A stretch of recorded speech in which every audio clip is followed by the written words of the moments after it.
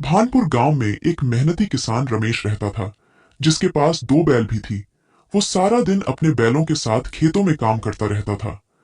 उसका एक बेटा रोहन भी था, जो बहुत कामचोर था। वो कभी भी काम नहीं करना चाहता था। सारा दिन वो घूमता फिरता रहता था। किसान अपने बेटे से बहुत ही ज्यादा परेशान था। इसलिए एक दिन रमेश और उसकी पत्नी ने सोचा कि वो अपने बेटे की शादी करा देते हैं। शादी के बाद जिम्मेदारी आएगी तो शायद सुधर जाएगा और काम धंधा करने लगेगा। ये सोचकर उसकी शादी करा देते हैं। कुछ दिन सब कुछ अच्छा चलता है, लेकिन रोहन रोज घर पर ही रहता है। यह देखकर उसकी पत्नी ने बोला कि आप काम पर क्यों नहीं जाते हो? बेचारे पिताजी अकेले ही खेत पर काम करते रहते हैं और घर का भी पूरा खर्चा चलाते हैं।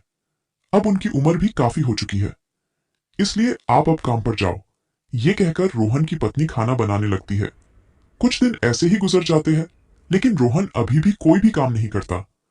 अब यह सब देखकर रोहन की पत्नी को बहुत गुस्सा आता है और वो रोहन से नाराज होकर अपने मायके चली जाती है। इधर रमेश और उसकी पत्नी भी परेशान रहते हैं।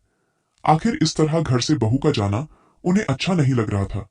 तब रमेश और उसकी पत्नी मिलकर एक तरकीब सोचते हैं और वो दोनों भी घर से कहीं दूर चले जाते हैं और कुछ दिन नहीं आते। अब घर पर किसी को भी ना देखकर रोहन परेशान हो जाता है। घर पर कुछ भी खाने को भी नहीं होता और ना ही पैसे थे।